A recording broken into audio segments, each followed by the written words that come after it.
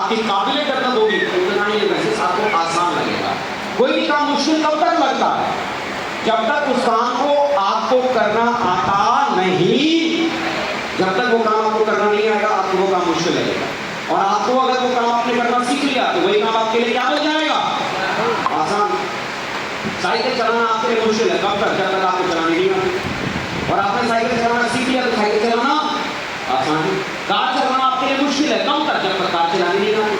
और कार चलाना सीख लिया तो कार चलाना, इस बिजनेस में डायमंड बनना आपको तब तक मुश्किल लगेगा जब तक ये बिजनेस करना आपको नहीं आता। और एक बार अगर ये बिजनेस करना आपने सीख लिया, क्या करना चाहिए, कैसे करना चाहिए, वो तरीका अगर आपने सीख लिया, ये बिजनेस करना सबसे आसान काम दुनिया में आपको लगेगा। अपनी नॉलेज को लगातार अपने लेवल के हिसाब से अपडेट करते चले। अगर आप ऐसा नहीं कर पाएंगे तो नेटवर्क बनाने के बाद आप उस नेटवर्क को नहीं संभाल पाएंगे। कई बार ऐसा होता है लोगों के साथ में कि वो मीटिंग, किस मीटिंग में जाएं, ये पता है कैसे डिसाइड करते हैं किस मीटिंग की कितनी फीस है। मालूम पड़ा इस मीटिंग के लग रहे हैं 500 रुपये फीस, नहीं जाएंगे। ये मीटिंग फ्री में है, जाएंगे। इस मीटिंग में है 200 रुपये की फीस, नहीं जाएंगे। इस मीटिंग में फ्री है, जाएंगे। ये मीटिंग में 100 रुपया, नहीं जाएंगे। ये मीटिंग में 50 रुपया, नहीं जाएंगे। ये मीटिंग फ्री, जाएंगे। तो हम कैसे डिसाइड करते हैं कि किस मीटिंग में जाना और किस मीटिंग में नहीं जाना है? जो चार्ज है इसमें वो मीटिंग में जाना नहीं है, और जो फ्री है उस मीटिंग को देखते हैं सब। और कई बार तो वो जो फ्री वाली जो मीटिंग है, टाइम नहीं है सब हमारे पास, फुर्सत नहीं है हमारे पास। मेरे भाई, आपको अगर आगे बढ़ना है तो आपको अपनी नॉलेज को भी बढ़ाना पड़ेगा। और आपकी नॉलेज को बढ़ाने का रास्ता क्या है? क्या आपने सोलोली यूनिवर्सिटी में दाखिला ले लिया है? क्या 1.5 लाख की फीस भरी है क्या कि वहां पर 1 साल बिठाकर आपको सिखाएंगे कि नेटवर्किंग कैसे करना है? सारे काम छोड़कर यही रहो, हॉस्टल में रहो, पढ़ो यहाँ पर, सुबह से लेकर शाम तक पढ़ो यहाँ पर। यहाँ तो कह रहे हैं आप अपने काम को करते हुए किसी तरह और बिना फीस लिए आपसे बोलते हैं कि भाई सीखो। सीखने का क्या प्लेटफॉर्म है? यहाँ आप में से आज के इस प्रोग्राम में बैठने के लिए भी आप लोगों ने फीस दी होगी ना, कुछ ना कुछ दिया होगा ना। कईयों को क्या लगा होगा, ओहो इस फीस से अजय पंडित साहब की पहुंचे आए। कईयों को लगा होगा इस फीस से अजय पंडित साहब की पहुंचाई, इतना पैसा दिया, इतना थोड़ी खर्चा हुआ होगा। बाकी तो जेब में गया होगा। नरेश कुमार जी ने, अमृत कुमार जी ने बराबर प्रोग्राम का एक लिफाफा पैक करना है और लाखों का खर्चा इनको दे देना। मजा आ गया, गजब मजा। नहीं साहब, कईयों को किसी मीटिंग में जाना क्या लगा, खर्चा हो गया। आज तो आपने खर्च किया होगा, आज आपने लगाया होगा, कईयों को लगा होगा खर्चा। खर्चा क्या होता है? खर्चा का मतलब समझते ना, जो पैसा आपकी पॉकेट से निकला और वापस आपकी पॉकेट में आया नहीं, उसे कहते हैं खर्चा। और दूसरा जिसे हम कहते हैं इन्वेस्टमेंट, जो आपके पॉकेट से पैसा बाहर निकला और वो कई गुना होकर आपके पॉकेट में वापस आया, उस पैसे को बोलते हैं इन्वेस्टमेंट। आज तो आपने यहाँ पर दिया है ना, ये फीस नहीं दिया आपने साथ, यहाँ इस मीटिंग में बैठने की फीस नहीं दी। हम और आप यहाँ पर कर रहे हैं ना बिजनेस, कर रहे हैं बिजनेस, और कोई आदमी किसी का गुलाम नहीं है, कोई आदमी किसी के लिए कुछ नहीं कर रहा है। यहाँ तो आप इस हॉल में बैठे हैं, इस हॉल को बुक करने का कोई ना कोई खर्चा होगा, हाँ कि ना?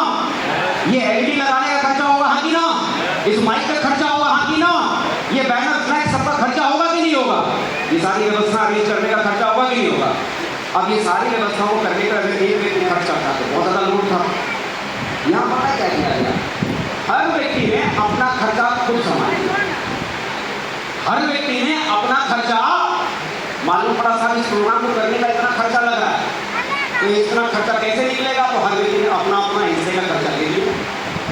आपने जो यहाँ पर दिया क्या कहलाता है? फीस नहीं, टिकट नहीं, इसे क्या बोलते हैं? कंट्रीब्यूशन। क्या बोलते हैं? कंट्रीब्यूशन, सहयोग राशि। आपने इस प्रोग्राम को करने के लिए सहयोग राशि दी। अजय पंडित साहब की फीस में शामिल है क्या? शामिल है क्या? भाई साहब, अगर अजय पंडित साहब अपनी अगर फीस ले लेना तो मार्केट में इन 17 सालों में काम करते करते आज की तारीख में देखोगे कि इंडिया में ढेर सारे इंस्पिरेशनल मोटिवेशनल स्पीकर है और साहब 2-3 घंटे लेक्चर देने का ना 4-5 लाख रुपये उठा लेते। 2 घंटे 3 घंटे लेक्चर देंगे और कितना ले लेंगे? अजय पंडित आज की तारीख में इतना छोटा नाम नहीं है कि मार्केट में जाए और 3 घंटे उधर 3 घंटे बोलने का कोई 5 लाख इतना छोटा नाम नहीं है। इस नाम की इतनी रेपुटेशन है कि अगर 3 घंटे किसी मंच पर खड़ा जाओ 5 लाख को भी दे। इस नाम की इतनी ब्रांड वैल्यू है साहब, इतना ब्रांड वैल्यू बनाया 17 सालों में। अब मुझे बताओ, अगर मैं अपनी 5 लाख की फीस कैलकुलेट करूँ, 1000 आदमी बैठा है, लगातार मेरा कैलकुलेट करूँ, मैं देखता हूँ कितना फीस वसूल हुई है। यहाँ 1000 आदमी, 5 लाख का भाग लगा, 1000 किससे वसूल था? 5 लाख। तो डायमंड खोलने वाला चिल्लर इकट्ठा करेगा क्या? लोगों को पता ही कितने बड़े मिशन है वो, इसलिए 3 घंटा मगर केस के डायलॉग वाली कर ये एक्सपीरियंस बांट रहा हूँ आपके साथ में। तो साहब ये बिजनेस में ना आपको अपनी नॉलेज को बढ़ाना पड़ेगा। किसी भी मीटिंग को अगर आप ये सोच लेते हैं इस मीटिंग में पैसा है, नहीं जाना चाहिए, इसमें नहीं, इसमें पैसा नहीं है, जाइए, तो बहुत सारी ऐसी मीटिंगें होंगी जो आपने स्किल डेवलपमेंट के ऊपर होंगी, आपको अपने स्किल करेंगे, आपको एक स्टेप ऊपर लेके जाएंगे। हर मीटिंग को अटेंड करें, हर मीटिंग आपकी नॉलेज को बढ़ाएगी और जितना आप में तजुर्बा आएगा आने वाले कल में उतनी ही बड़ी टीम आप संभाल पाओगे। सही है ना? सही है ना? योग्यता सही, पैसे मिलते हैं। देखो ये एक आदमी है, एक कारीगर है जो दिन का कितना कमाता है? 800 रुपया। और वही एक दूसरा व्यक्ति है जो दिन का कितना कमाता है? एक मजदूर है, दिन में कितना कमाता है? ये 300 रुपया कमा रहा है, ये 800 रुपया कमा रहा है। लेकिन मजे की बात क्या है? दोनों ही 8 घंटे देता है, लेकिन दोनों में कमाई में कितना अंतर है? 500 रुपये का अंतर। क्यों? क्योंकि एक आदमी की लर्निंग ज्यादा है, इस आदमी ने ज्यादा अपनी काबिलियत के ऊपर काम किया है, अपने स्किल्स के ऊपर काम किया है, अपने तजुर्बे के ऊपर काम किया, इसलिए उसकी वैल्यू ज्यादा है। और एक आदमी ने अपने स्किल्स के ऊपर भी काम नहीं किया, तजुर्बे का कम है, इसीलिए उसकी आमदनी कम है। आपको अगर अपनी वैल्यू बढ़ानी है तो आपको अपनी लर्निंग बढ़ानी पड़ेगी। एक बार आपका तजुर्बा बड़ा हो गया तो बड़ा पैसा आने से कोई रोक नहीं सकता।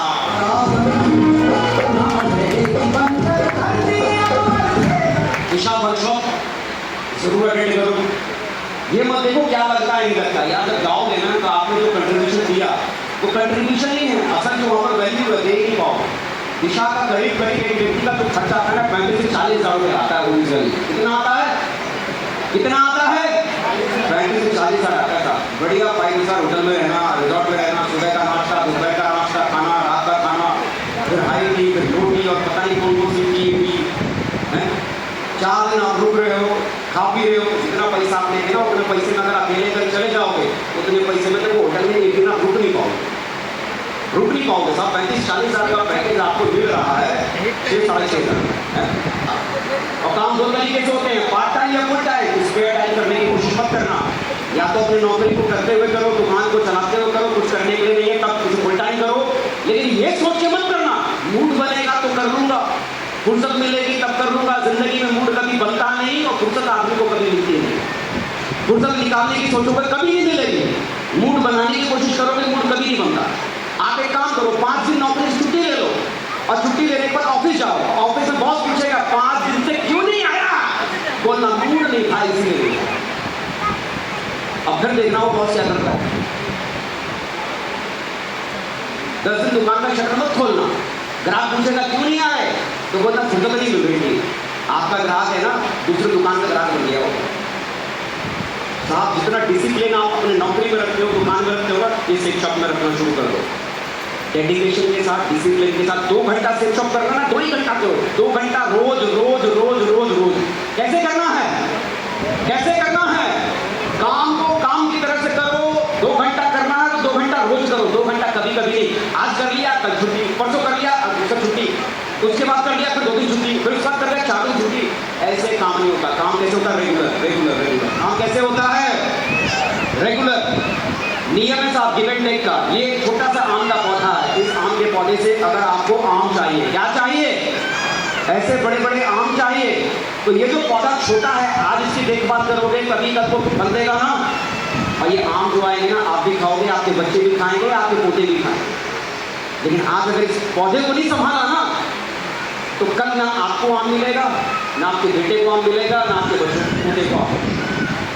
आज ये पौधा छोटा है, देखभाल कब चाहिए? आज आपका बिजनेस छोटा है, समय आज देना पड़ेगा। आप अगर ये बोलते हो ना फुर्सत नहीं मिलती हमको, मुझे कोई लेना देना नहीं, आपको फुर्सत नहीं मिलती। डायमंड बनना चाहते हो ना, डायमंड बनना चाहते हो ना, फुर्सत कहां से निकालोगे? ये आपका काम है। नरेश जी को डायमंड बनना था, सेल जॉब करने के लिए टाइम निकालना था, मैंने समझाया था या उन्होंने खुद डायमंड बनने का डिसीजन लेकर समय निकाला होगा? जब भीतर जुनून पड़ता है ना साहब, ना रात दिखती है, ना सवेरा दिखता है, ना धूप दिखती है, ना बरसात दिखती है। और जब भीतर जुनून नहीं पड़ता ना, तो शाम के 6 बजे के बाद भी भयंकर अंधेरा बाजार में नजर आता है और लगता है कि वो रात हो गई, अब तो नींद नहीं। जुनून पाओ, कुछ अगर बनना है, कुछ अगर करना है तो जुनून बनाओ के साथ डायमंड बनना है। और इसके लिए मैं कुछ भी कर सकता हूँ, इसके लिए कुछ भी कर सकता हूँ। और जब कुछ भी करने के लिए आप तैयार हो जाओगे, रास्ते खुद ब खुद निकलने शुरू हो जाएंगे।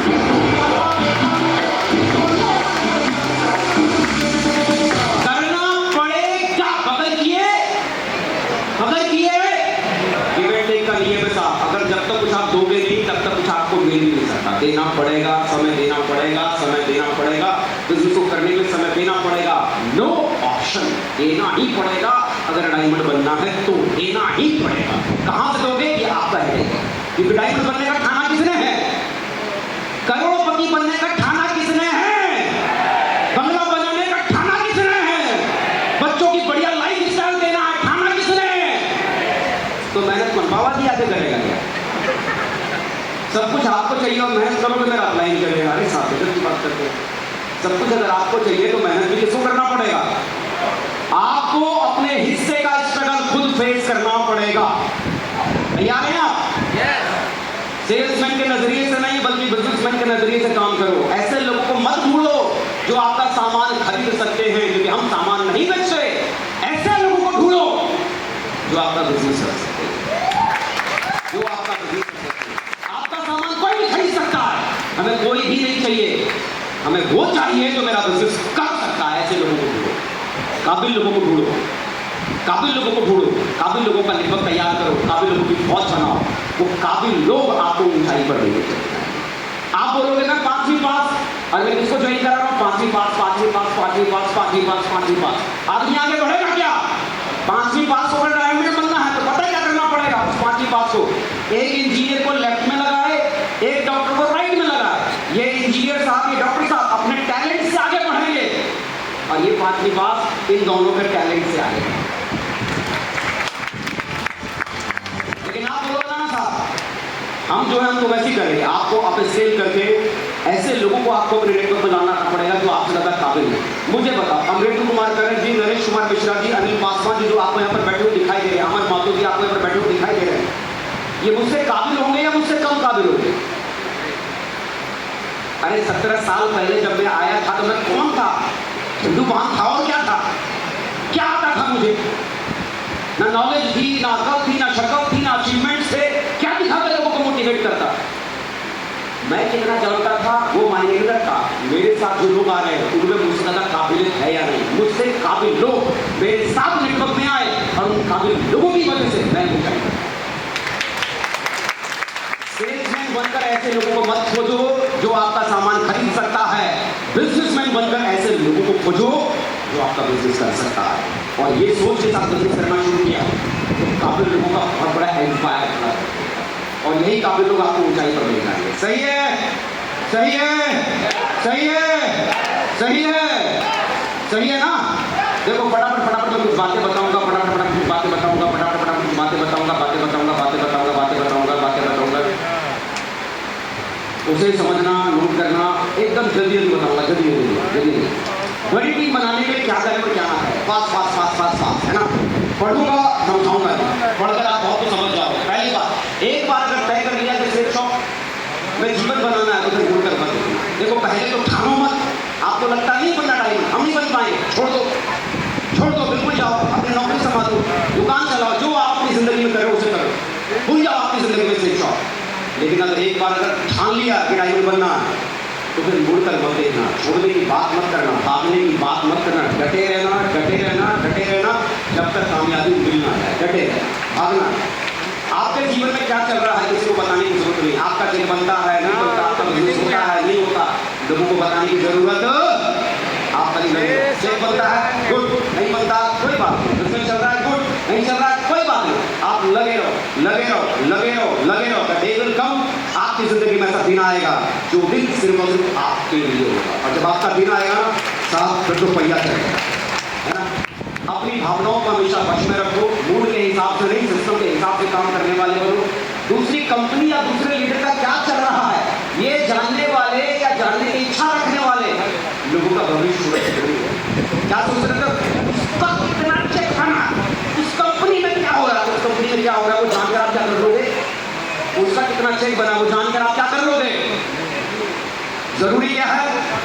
कितना काम चल रहा है, आपका कितना चेक बन रहा है, आपके साथ क्या बिजनेस में हो रहा है।